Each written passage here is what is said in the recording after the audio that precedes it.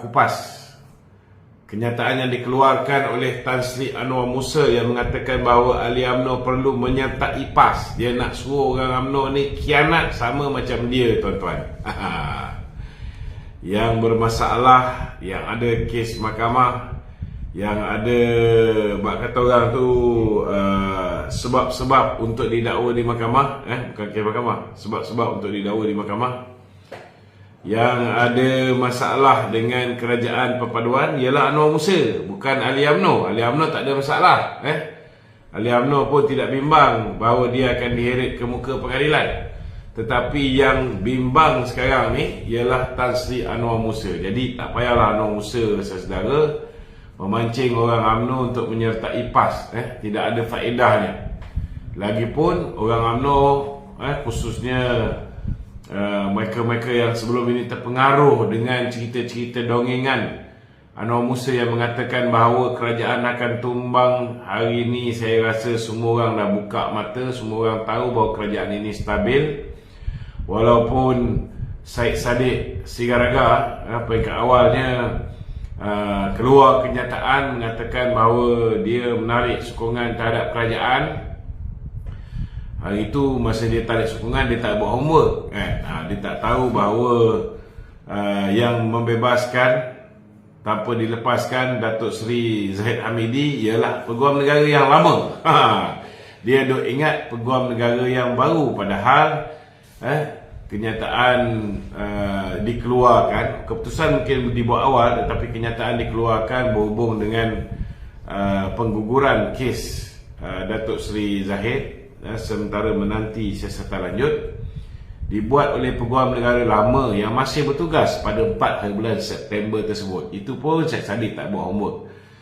Dia tak tahu bahawa Tan Sri Idrus masih bertugas sehingga 5 hari bulan September, dan 6 September baru Menteri Peguam Negara yang baru, AG yang baru mengambil alih tugas Tan Sri Idrus. Sekarang dia dah goyang-goyang sikit, tuan-tuan. Dia dah goyang-goyang sikit. Okey. Jadi hari ini saya nak beritahu kepada rakyat Malaysia, khususnya orang UMNO, tak ada sebab untuk anda meninggalkan UMNO dan berhijrah kepada PAS.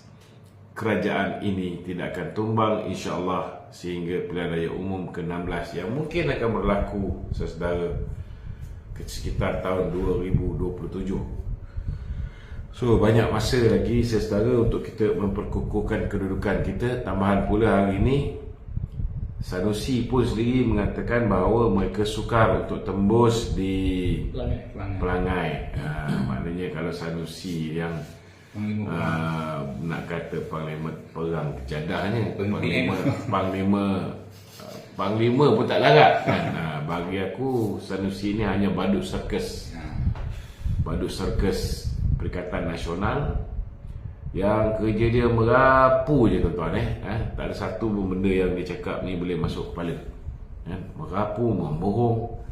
Baru-baru ni dia membohong tentang isu Datuk Seri Anwar. Kononnya Datuk Seri Anwar berbohong ketika berkutubah. Dia kena tahu rukun-rukun yang membolehkan kutubah tu diterima ataupun tidak. Tak ada kena-mengena dengan apa benda dia cakap. Merapu je. Jadi orang macam ni, saudara, kita tak payah bazir masa nak mengulas, kerana bagi saya dia ni sampah je. Cuma orang-orang Kedah ni tak boleh menilai manusia yang mana kaca mana pemata. Orang Kedah, betul? Alah, bukan semua orang Kedah yang tidak boleh menilai mana kaca mana pemata. Nanti marah orang Kedah depan saya ni. Dia tahu maki je tu. Dia tahu maki je. Yang maki itulah yang dia bagi peluang menjadi peti besar lagi. Kenapa muka aku lain macam ni? Filter. Filter. Tolak ke tepi, try tengok. Tolak ke tepi. Aku tak pandai tolak ke tepi ni. Tolak ke tengah. Macam mana tolak ke tepi? Lihat. Try tu filter. Okey.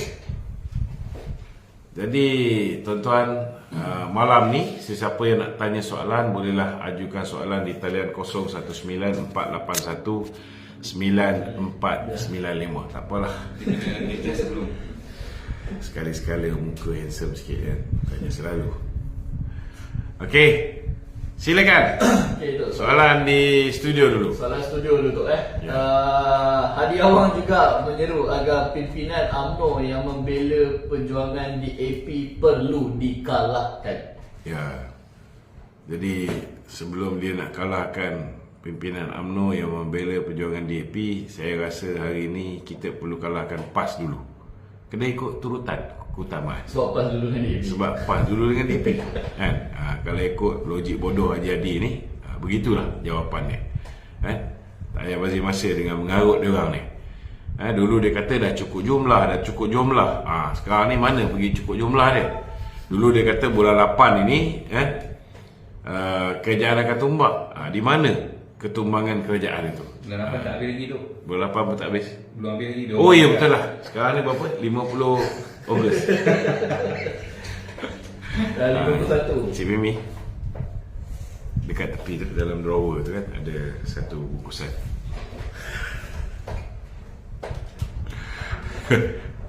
Okey. Ya. Perikatan Nasional ni dia mainkan sentimen, dia menyifatkan Perdana Menteri kita ke UNGA gagal. Ya. Dia nampak kursi kosong pun jadi isu, Kutubal jadi isu, PMX. Dia sebenarnya dia bukan ada isu apa pun. Isunya dia orang ni kecewa dan dia orang jealous. Kan? Pertama sekali Datuk Seri Anwar ni kena faham memang betul kursi kosong tu. Tak dinafikan, banyak kosong. Sebab masa mereka merakam tu selepas Datuk Seri masa Datuk Seri Anwar berucap tu, selepas wakil daripada Israel berucap. Kita bukan tak tahu masyarakat antarabangsa ni memang mengecam tindakan Israel terhadap apa yang dilakukan terhadap Palestin dan sebagainya. So ketika wakil Israel berucap, mereka semua keluar. Mereka semua keluar. So bila Datuk Seri Anwar pula berucap, memanglah mula-mula tu banyak kursi kosong. Time tu lah dia ambil gambar. Tapi selepas itu kita tengok ramai mula masuk ke dalam dewan. Dan kemudiannya Datuk Seri Anwar dapat tepukan gemuruh daripada ucapan dia tu lebih kurang 9 kali. Dia dapat tepukan gemuruh 9 kali Daripada delegasi yang hadir lah. Daripada delegasi yang hadir. Yang menyampaikan kepada saya ni ialah Datuk Fuad Zakarsi. Datuk Fuad Zakarsi berada di dalam dewan. Saya nak bacakan apa yang Datuk Fuad Zakarsi tulis. Datuk Fuad Zakarsi beritahu tadi. Okey. Dia kata Astaghfirullahalazim. Itu kata hati nurani saya bila mendengar komen Sanusi mengenai ucapan Anwar Ibrahim diunggah yang ke-78 di New York. Saya hadir di unggah tersebut. Saya saksi hidup. Saya di dalam Dewan Persidangan Utama PBB. Saya duduk di kerusi VIP bersama Datuk Nazri Aziz, Duta Besar Malaysia ke US, dan Datuk Syaka, Speaker Kerajaan Negeri Pahang. Bahkan saya hadir 3 hari berturut-turut, Selasa, Rabu dan Khamis, mendengar ucapan ketua-ketua negara lain sebelum PMX berucap pada hari Jumaat. PMX diberikan 9 kali tepukan. 9 kali tepukan gemuruh dalam ucapan 15 minit tu. 15 minit tu 9 kali tepukan gemuruh. Bukan 5 je tepukan gemuruh dia dapat. Sebab dia sentuh isu perang antara Rusia dan juga Ukraine yang telah memberikan kesan buruk kepada ekonomi global.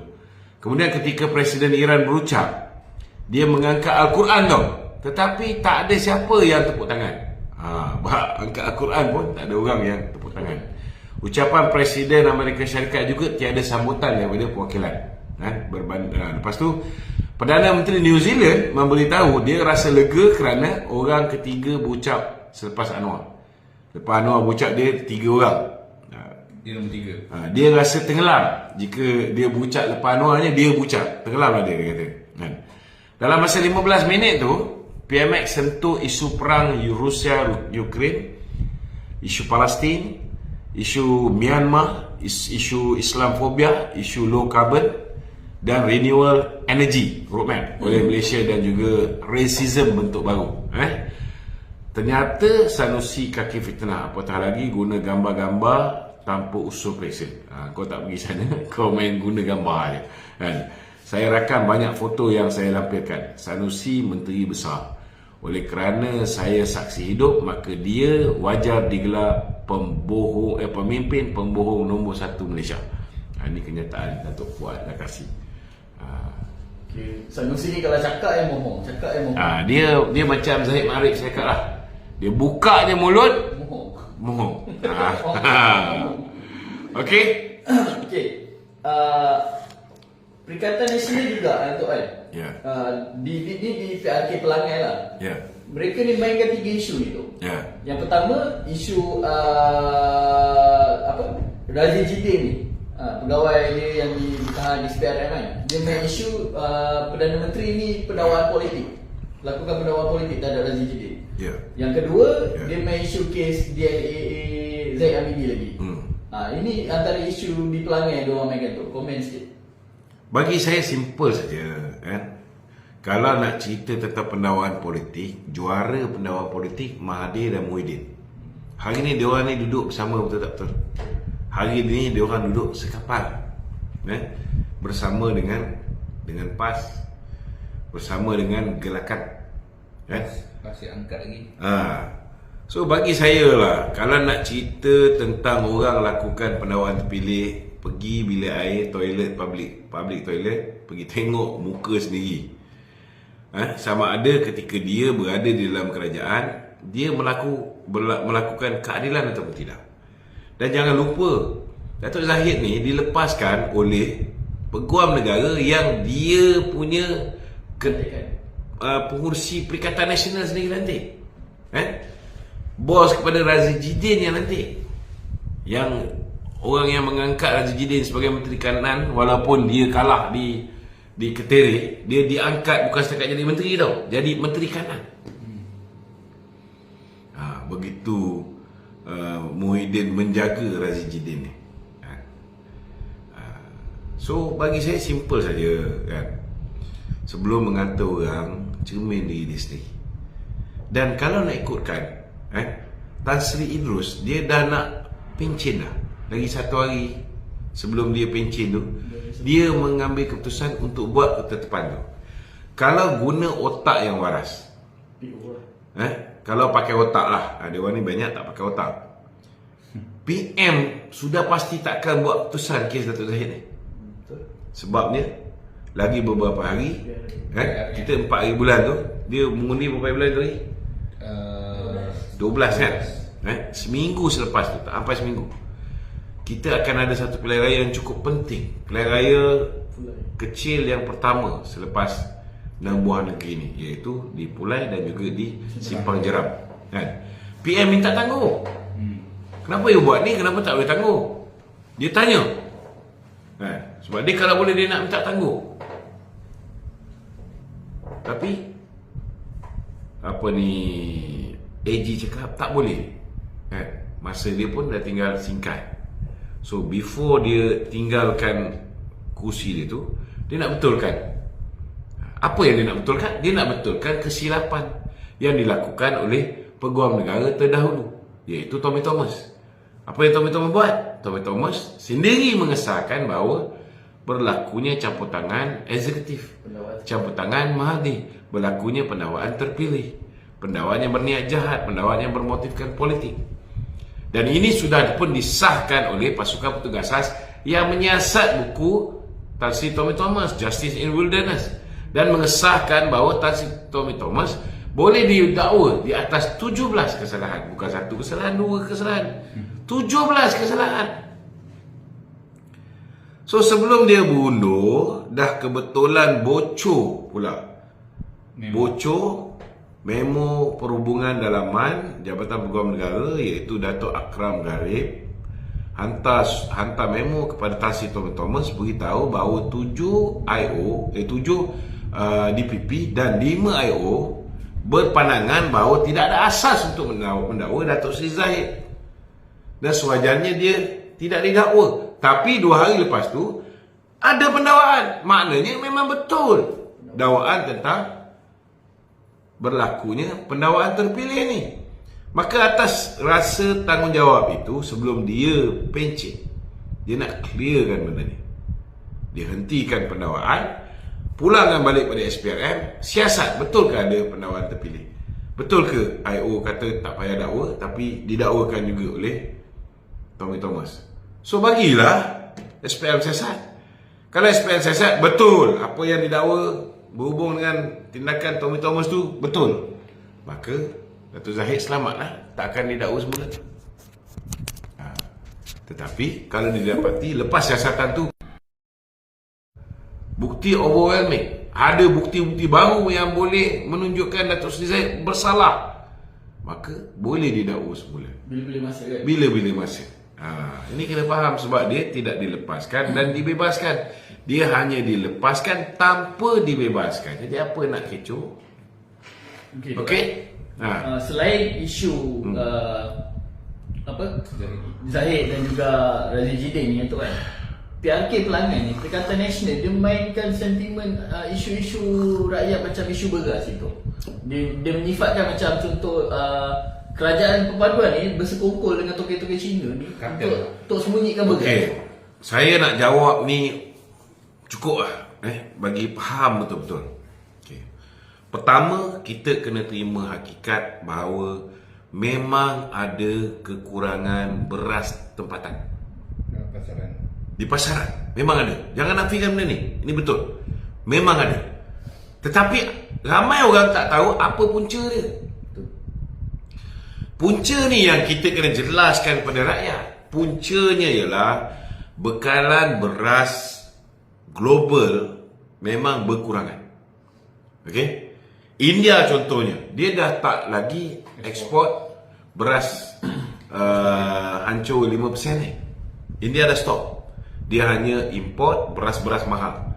Sebab dia nak pakai beras yang 5% hancur ni untuk kegunaan rakyat dia. Indonesia pun sama. Indonesia hari ni dah import daripada luar untuk beras 5% hancur ni, yang hari ni dekat Malaysia dipanggil beras tempatan, 5% hancur. So dia dah tak boleh supply. Ada lebih kurang 6 negara dah tak supply benda ni. So apa yang berlaku bila beras-beras import ini tak ada orang boleh supply, maknanya ramai tak boleh supply, penawaran orang yang nak jual tu kurang, maka ada shortage di pasaran. Demand tinggi tapi penawaran kurang. Maka ini menyebabkan harga beras import naik. Bila harga beras import naik, apa yang berlaku? Orang yang selama hari ni makan beras import, beras yang harga RM36, RM39, kan? Dia orang dah mula makan beras tempatan. Okey? Jadi kalau dulu orang biasa ni makan beras tempatan, sekarang ni orang yang pakai beras siam, orang pakai beras import ni pun dah pakai beras tempatan. Apatah lagi yang menambah burukkan keadaan ini ialah bila mana toke-toke restoran yang jual satu pinggan RM1.50, satu pinggan RM2, kan? Dia boleh untung, dia boleh untung sampai apa ni, contohlah satu kampik dia boleh buat duit lah, busuk-busuk pun 45 ke 75 ringgit kalau ikut dia punya sukatan. Ini orang apa ni, orang berniaga beritahu. Kalau pakai beras import pun boleh survive, tapi orang berniaga dia akan cari keuntungan seberapa banyak yang mungkin, kan? So akibat daripadanya, kalau toke restoran, orang berniaga dan sebagainya ni banyak beli beras tempatan, cukup tak beras tempatan untuk orang biasa? Tak cukup. Lepas tu tambah pula dengan tindakan pembangkang ni memainkan isu beras tak ada, beras tak ada, beras tak ada. Jadi dalam otak semua orang ni beras tak ada. Bila dalam otak semua orang ni beras tak ada, apa dia akan buat? Bila ada peluang, dia pergi ke kedai, dia pergi ke kedai runcit, dia pergi ke minimarket dan sebagainya, supermarket. Satu orang boleh beli 2 bungkus 10 kg. Maka dia suruh bini dia beli 2 bungkus, dia ambil 2 bungkus, anak dia 2 bungkus. Panic buying. So dia orang ni Ada yang beli 10 bungkus, ada yang beli 6 bungkus. Akhirnya bungkus lah. Orang yang nak beli sebungkus pun tak boleh nak beli sebab dah tak ada. So ini yang kita nak beritahu pada rakyat. Jangan beli beras dan simpan kat rumah banyak sangat. Beras ni boleh tahan berapa lama? 2-3 bulan je. Lepas 2-3 bulan, dia punya kutu beras tu dah banyak. Dia dah mula hancur dan sebagainya. Itu sebab kena tahu kena tahu benda ni. Saya pun sebenarnya tak tahu, tapi tadi baru jumpa dengan orang Bernas apa semua. Dia explain. Sebenarnya beras ni tak boleh simpan lama. Sebulan tu. 2-3 bulan. 2-3 bulan dia dah start naik kutu. Pun dah lama sangat. Tu yang dia orang kena rendam dulu, bersihkan, lepas tu kutu tu keluar semua. Cuci, lepas tu basuh lagi. So, buat apalah nak buat macam tu. Akibat daripada kita semua ni panic buying, beli banyak beras. Last kali, kau nak ikutkan, Datuk Seri Mat Sabu ni bukan setakat 20% tau. Dia dah apa ni? Dah tambah. Dah 38%. Kerajaan punya intervention ni dah 38%. Yang dijanjikan sebelum ni 20%. 20% je. Nak cuba cover dalam tempoh sebulan. Sebenarnya dah 38%.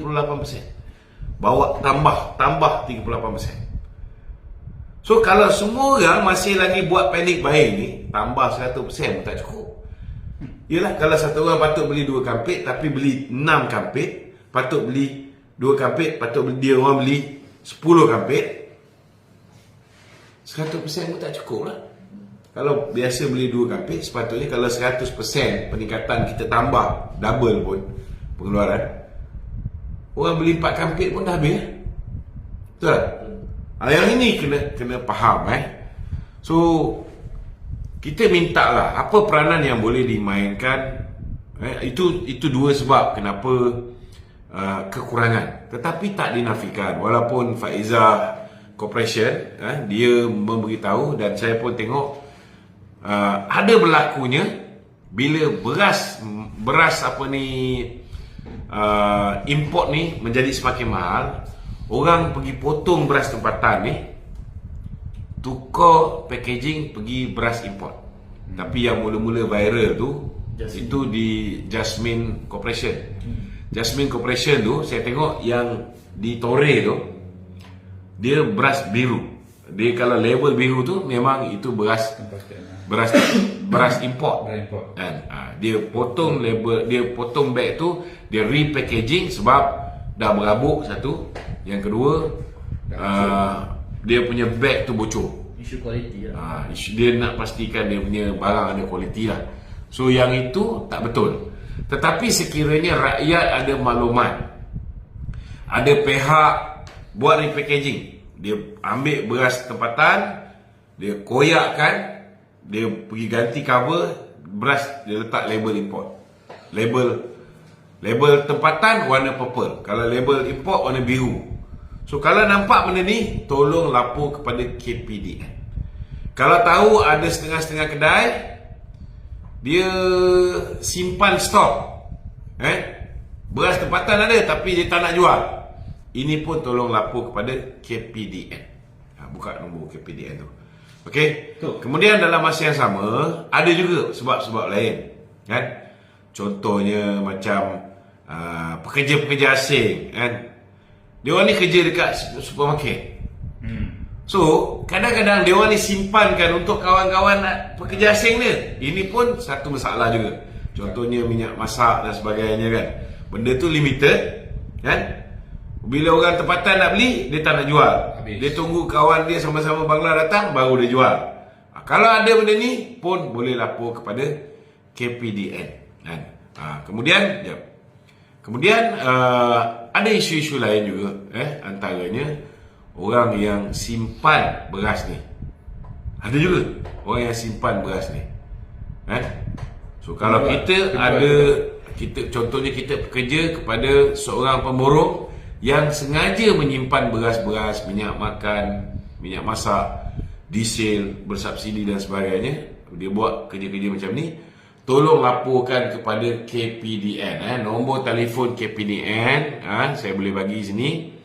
Boleh WhatsApp terus kepada KPDN HEP di talian 019 279 4317 019 279 4317. Tok, ada juga orang tanya tu. Malaysia pengeluar beras juga, kenapa tak cukup? Mungkin ada yang tak faham, tu boleh jelaskan sikit tu. Kita kena beritahu lah, Malaysia pun pengeluar minyak. Betul. Tapi tahu tak minyak Malaysia ni, Minyak mahal. pertama sekali lah, dia minyak Kualiti ya. kualiti tinggi, untuk jet, untuk kapal terbang kan. Tetapi Malaysia ialah net importer. Net importer maksud dia kita ekspor dengan kita import lagi banyak daripada kita ekspor. Kita jual keluar sikit, kita beli lagi banyak. Beras pun sama. Beras pun sama. Kegunaan tempatan pun tak cukup, kita beli daripada luar lebih banyak. Sekarang YB Datuk Seri Mat Sabu sedang berusaha untuk pastikan bukan setakat beras tempatan ini kita boleh pastikan bekalan dia mencukupi, malah sedang dirundingkan untuk pastikan bahawa beras-beras import ini pun kita nak tambah di pasaran harga dia tu dalam konteks jualan rahmah. Mampulah. Maknanya kalau naik harga pun tak lebih daripada RM36. Contohnya kalau macam beras super tempatan 15, beras super tempatan RM26, RM2.06 1 kilo, RM26 10 kilo. Dia berapa? RM32 kalau tak silap saya. RM3.20 sekilo. RM3.20 sekilo untuk beras import. Sekarang beras import melampau. Ada yang sampai 39, ada yang sampai 40 lebih. Tapi itu kualiti yang baik lah. So disebabkan bekalan tempatan ni pun tak cukup, kita sedang usaha untuk pastikan yang import ni pun kita import dengan harga yang murah supaya boleh dijual dengan harga yang murah juga. Adakah kerajaan akan bagi subsidi yang dekat dengan harga beras tempatan? Adakah dia akan bagi harga subsidi juga tu? Sebab kerajaan akan tanggung subsidi. Kalau untuk import tak ada lah. Tapi kalau kita boleh dapat harga murah, maka kita boleh jual dengan harga murah. Kena ingat juga margin untuk orang yang memborong, margin untuk pegang runcit, semua mesti nak ada. Siapa yang nak keluarkan modal lepas tu jual dengan cost price. Sebab saya nampak Mat Sabu pun ada bagi kenyataan dia akan pergi ke India. Dia akan pergi ke India untuk dapatkan beras-beras yang berunding lah. Maknanya kerajaan ni betul-betul komited dengan saya kan. Jadi dia macam gini lah. Hanya kerajaan bodoh je yang tak nak selesaikan masalah rakyat. Sebab ini semua boleh menyumbang kepada kejatuhan kerajaan. Kalau tak selesai masalah ni, efek tak pelangai? Efek. Kalau tak selesai masalah ni, efek tak itu hari pilihan raya di Johor? Efek. Betul tak? Itu sebab isu barang-barang isu rakyat keperluan makanan ni sangat penting dan sangat dekat dengan kerajaan. Abang Mat pun beritahu macam mana Datuk Seri Anwar walau daripada atas kapal terbang ni dia sentiasa mengikuti cukup bekalan ke tak cukup, kerana dia nak pastikan bahawa jangan sampai rakyat ni ada masalah. Contohnya macam itu hari ada 37 lokasi kita hantar farma punya lori-lori untuk settlekan masalah beras ni. Ada 2 tempat ni lori farma tu sampai, beras tu dah tak banyak, orang yang menunggu ramai. Kan? Kalau boleh kita tak nak berlaku benda-benda macam ini. Tetapi biasalah pembangkang ini dia cuba jatuhkan kerajaan macam-macam cara, gagal. Jadi sekarang ni yang boleh menyebabkan rakyat benci kerajaan ialah dengan mereka fitnah. Apa fitnah-fitnah yang direka oleh mereka? Kononnya Datuk Seri Anwar Ibrahim panggil Syed Mokhtar nak hapuskan monopoli bernas. Ini tak betul, tak masuk akal. Contoh kononnya nak bagi pada toke-toke Cina kan. Lepas tu dikeluarkan pula ada satu orang wakil rakyat ni buat cadangan. Buat cadangan supaya dipecahkan monopoli, supaya ramai orang boleh import. Saya nak beritahu, bukan semua orang memang boleh pecahkan monopoli, tapi kena faham kenapa Semota ni ataupun Bernas ni masih lagi menjadi kuasa monopoli yang mengimport beras ni, kerana ada tugas-tugas tanggungjawab sosial yang mereka kena buat. Give and take. Dia ada benda-benda yang mereka kena buat. Contohnya macam yang mula-mula dia bagi 10 juta, kemudian dia kena bagi lagi 50 juta, kemudian hasil daripada jualan Bernas nanti 30% akan diberikan balik pada petani. Dia ada macam social responsibility yang dia perlu kembalikan kepada mereka yang terlibat dalam rantaian penyediaan makanan ruji ni. Tapi yang buat pindah tu semua ni tu orang lebay ni. Memanglah, kalau tak lebay bukanlah orang yang buat fitnah. Katanya kau baru tahu Aku dah tahu lama dah. Cuba kau tanya dengan aku, siapa kat Malaysia ni paling banyak buat fitnah, paling banyak kena saman, paling banyak kena bayar saman? Bypass. Pas lah. So kau bypass lah dia orang. Okey Tok. Saya lihat ini saya punya perspektif. Saya lihat dalam Perikatan Nasional ni yang memainkan peranan melagakan UMNO dan DAP ni banyak daripada PAS. Kita tak nampak tu bersatu ni. Bersatu ni umpama tak wujud ni Tok. Mungkin Tok boleh komen sikit. Bersatu tak wujud. Bersatu sebenarnya wujud, cuma hidup segan mati tak mau. Bersatu tu wujud, cuma hidup segan mati tak mau. Sekarang ni bersatu pun dia dah jadi kluster mahkamah. Contohnya macam Muhyiddin, dia jadi kluster mahkamah. Kalau dulu mereka kata orang macam Datuk Zahid, Datuk Najib patut berehat, hari ni bersatu pun dalam arti kata lain, mereka ni cuba direhatkan juga oleh PAS. Itu sebab mereka cuba engage Tun Mahathir. Dia cuba engage Tun Mahathir supaya Tun Mahathir lead Perikatan Nasional. Jadi penasihat kepada 4 buah negeri yang dipanggil SG. Apa SG? SG4. Sang gila 4. Okey. Tok, satu gitu. Ya. Kita tengok kan, 2 pun boleh, 3 pun boleh. PN ni, PN maksudnya Perikatan Nasional lah. Dia orang ni asyik menyerang UMNO berbanding menyerang PKR ke, kan? Sebab apa? Sebab PKR UMNO tak banyak kursi pun. Dia sebenarnya sebab saingan dia ialah UMNO. Kerja dia orang ni ialah mengejar undi Melayu, undi Islam. Dan dia tahu satu-satunya parti yang mengangkat kedudukan Islam sebagai agama persekutuan, kedudukan Hak Istimewa Melayu, kedudukan Raja-Raja Melayu, kedudukan bahasa Melayu yang sehingga hari ini berada terjamin di dalam perlembagaan negara ni ialah UMNO. So dia nak dapatkan undi UMNO orang Melayu ni, dia kena tarnishkan imej UMNO ni betul-betul. Itu kita kena faham. Dan jangan pula kita rakyat Malaysia ni termakan.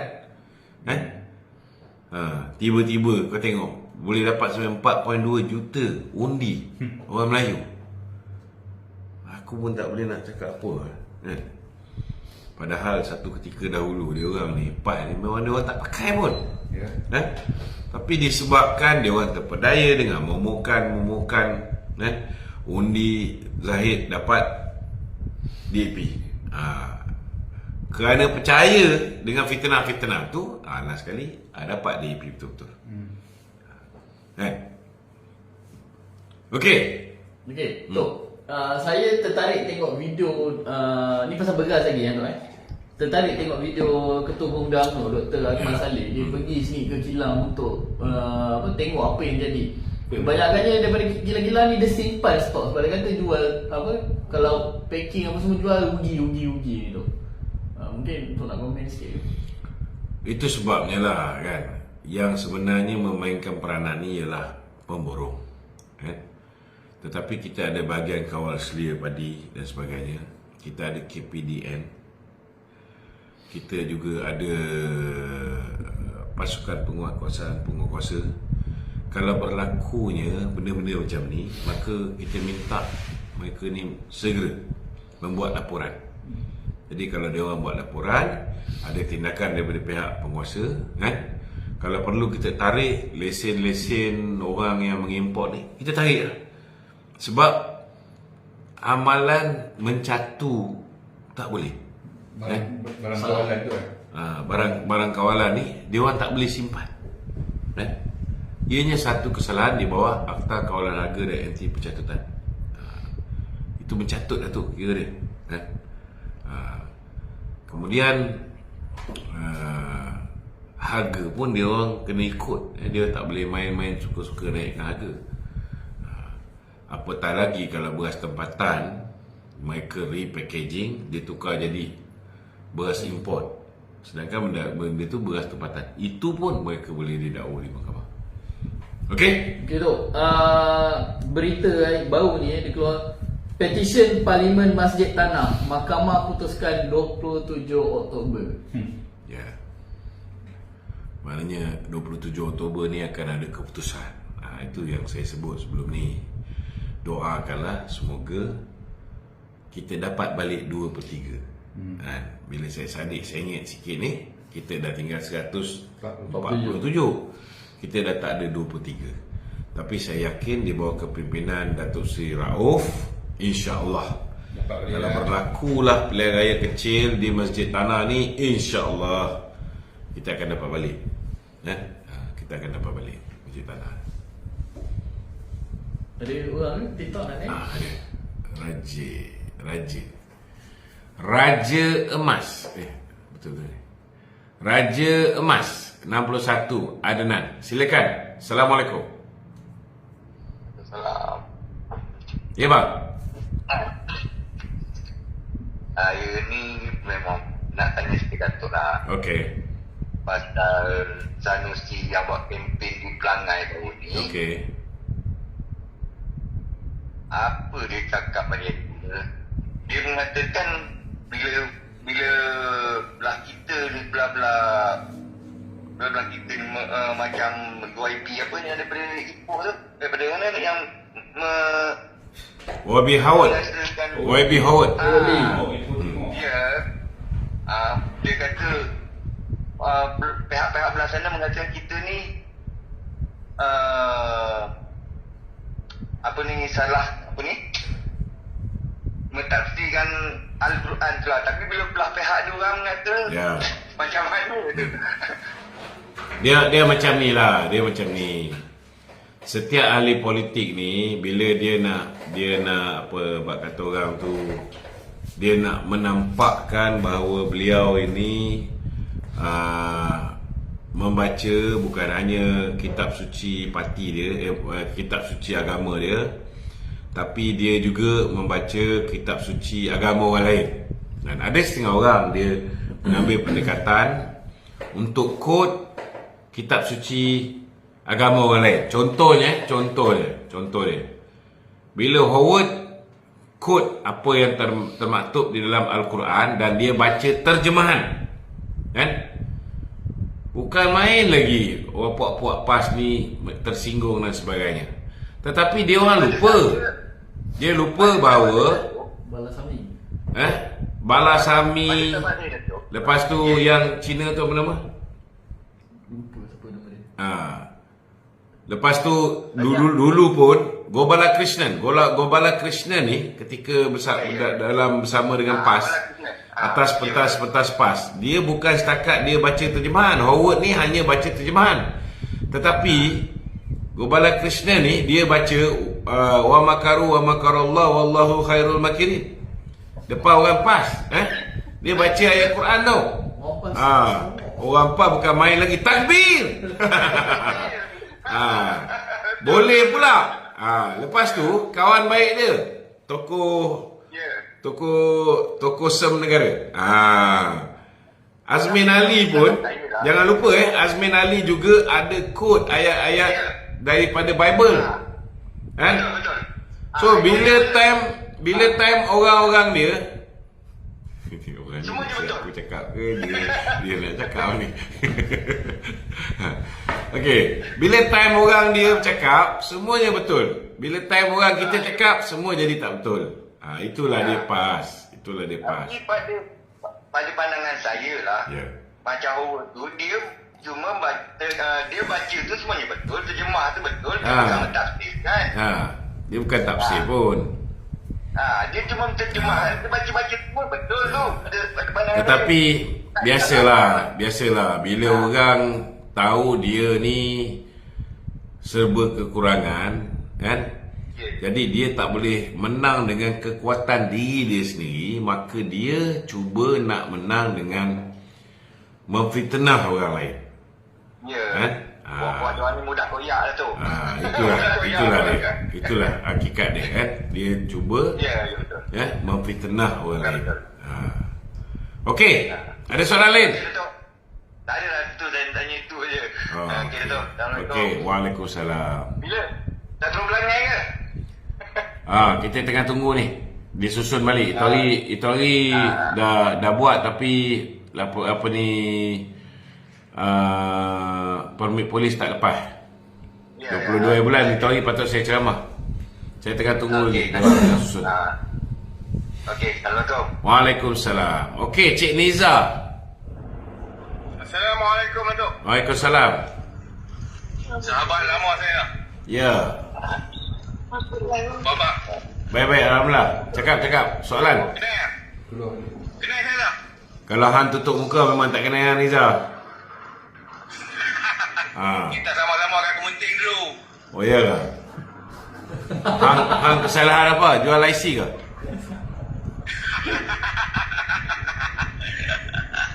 Atai kenal aku, Nizar. Nizar Kementing. Yalah, Niza mana satu? Muka ni tak nampak ni. Muka tutup muka. Tunjuklah muka. Tak tunjuk muka macam mana nak kenal. Okey, tak apa. Belakang cerita. Kenal tak kenal ni. Okey, soalan dia apa? Ya? Soalan dia? Soalan tak ada apa, nak tanya abang je. Jamal lah, Datuk. Tanya khabar. Hang muka ni buka lah. Nampak muka pakai mask. Orang yang tutup muka pakai mask ni aku risau lah. Apa nak disembunyikan ni? Kita ada Kementing. Saya ada Kementing dulu. Blok apa? Blok apa? Kepenting ni blok apa? Weh, aku petugas lah. Aku bukan orang blok. Okey. Warden penjara lah. Warden. Warden lah, warden. Sekarang saya di Ya. Sekarang saya di Al-Ustaz. Al-Ustaz lah. Sekarang pengawal keselamatan ni. Hei, masih kerja sama lah. Ini baju macam baju security dia. Bagi penjara tu. Aku Mana ada perul baju sekarang, penjara? perul. Unit perul. Perul. Perul tu. Sekarang bukan. Unit perul. Oh, unit perul. Baju warna putih. Baju warna putih. I see. Bukan putih lah, biru. Okey. Okey, Datuk. Mengganggu Datuk. Perul ni nak keluar. Okey. Alright. Okey, Assalamualaikum. Waalaikumsalam. Okey, soalan setuju. Sambung. Okey. Kita faham tu Sanusi pun ada cakap yang pelanggan ni ikan bersih dan sebagainya. Dan kita pun faham kalau ada naratif-naratif jahat ni, orang-orang di Felda ni agak takut untuk mengundi Barisan Nasional kan tu kan. Mungkin tu ada pesanan sikit untuk mengundi. Saya nak beritahu dengan orang Felda, dia jangan lupa kan, akibat daripada kesilapan mereka tahun 2018 banyak benda yang mereka rugi.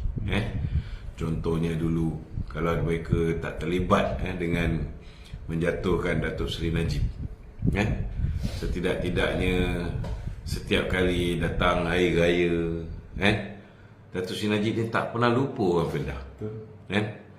Masalah-masalah hutang-hutang lama orang Felda ni jaranglah Datuk Seri Najib bila buat pengumuman masa hari Felda ni tak sentuh bab perkara ni. Tapi tengok bila jatuh kepada tangan Mahathir, hancur lebur. Bila jatuh kepada tangan boneka Mahathir, Muhyiddin Yassin, betul memang hutang Felda 80% hutang lapuk dia telah diselesaikan oleh Muhyiddin. Tetapi Muhyiddin setakat mengumumkan. Muhyiddin tidak menyelesaikan masalah. Hutang Felda yang lupuskan 8.3 bilion. 8.3 bilion. Lepas tu siapa yang bayar? Felda cuma bila Perdana Menteri Muhyiddin umum lupus, Felda lupus. Memang tidak ada dalam apa yang dipanggil penyata. Felda lepas tu tengok memang dah hutang tu lupus. Tetapi yang kena ambil alih hutang itu ialah Felda. Dan kalau Felda hutang tu dia lupuskan, mana dia nak cari duit untuk buat penanaman padi, penanaman semula kelapa sawit, untuk bayar kepada peneroka-peneroka. Mana dia nak cari? Kemudian ada kos yang melibatkan pengambil alihan balik FGV. Total dia 9.9 bilion. 9,900 juta ini. 2 tahun selepas Muhyiddin umum, barulah PMX bila dia jadi Perdana Menteri bulan Julai yang lepas, dia yang telah melupuskan hutang Felda ni sebenarnya dengan menandatangani FSRA, satu perjanjian untuk kerajaan mengambil alih tanggungjawab. Sebab Felda nak bila dia hapuskan hutang-hutang ni, dia tak ada duit, maka dia perlu terbitkan sukuk, termasuklah duit untuk ambil alih Felda Global Ventures. So total dia 9.9 bilion.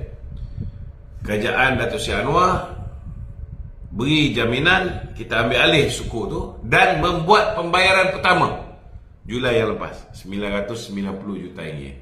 10 kali bayar dalam tempoh 10 tahun. Setahun 990 juta. Ni Datuk Seri Anwar yang bagi ni, bukan Muhyiddin.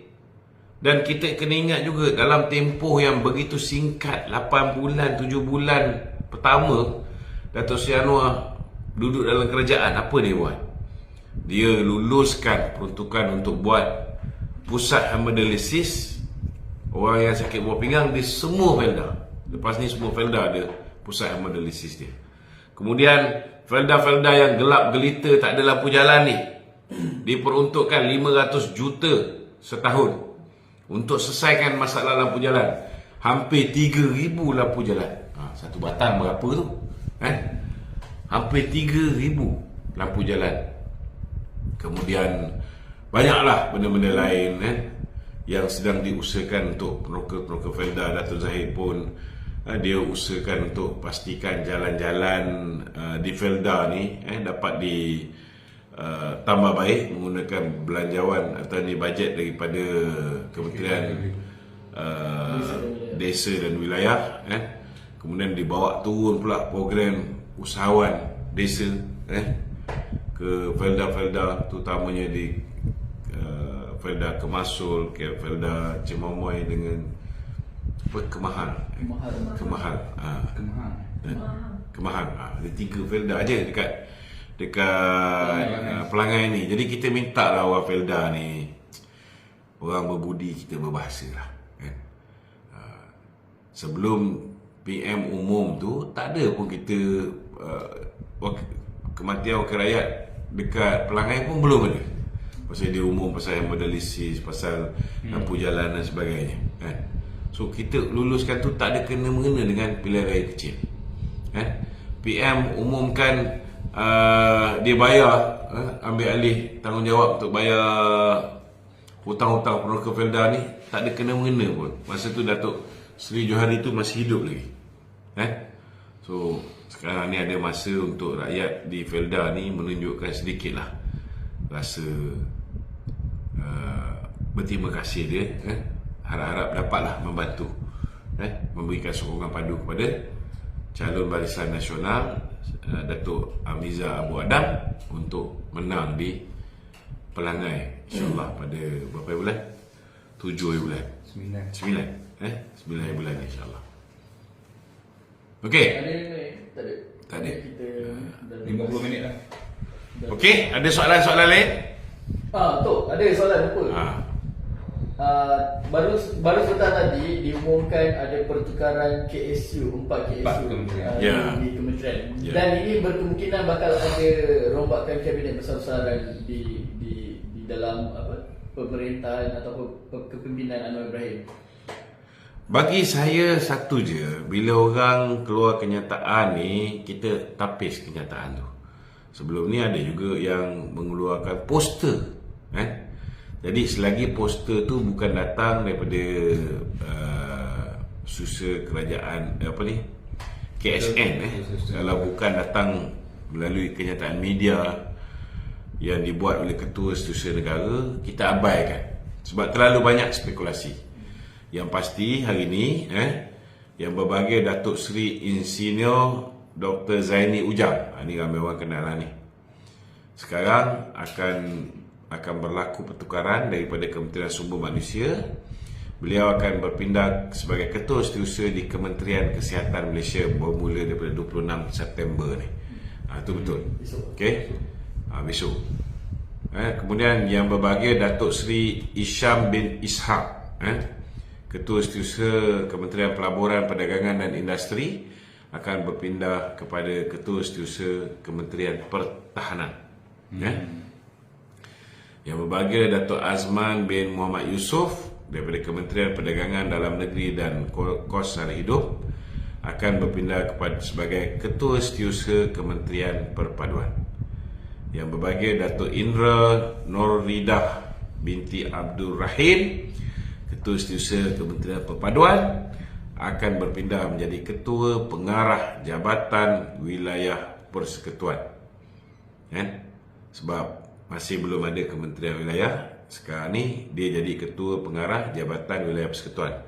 Kalau selepas ini, kalau Kementerian Wilayah diwujudkan semula, maka nama jawatan dia ni daripada Ketua Pengarah Jabatan bertukar menjadi Ketua Setiausaha Kementerian Wilayah. Ini kena faham. Kemudian yang berusaha Encik Hairil Yahri bin Yaakob, sekarang dia Timbalan Setiausaha Kementerian Pelaburan Perdagangan dan Industri. Naik pangkat. Selepas ni dia naik pangkat menjadi Ketua Setiausaha Kementerian Pelaburan Perdagangan dan Industri. MITI lah. Setakat ni itu saja. Okey, minta tolong share, kawan-kawan kita. Jangan lupa Saudara Hafiz, dia mengarahkan satu filem yang dipanggil Mat Kola. Mat Kola Mat Kuala lah sebenarnya ni. Mat Kola.